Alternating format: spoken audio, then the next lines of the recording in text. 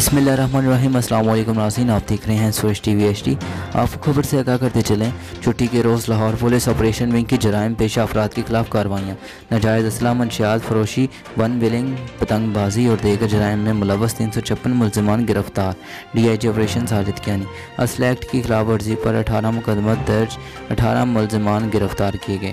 گرفتار ملزمان سے 13 پسٹل، 3 رائفلز، 1 بندوق اور سینکڑوں گولیاں بھی برآمد کی گئیں۔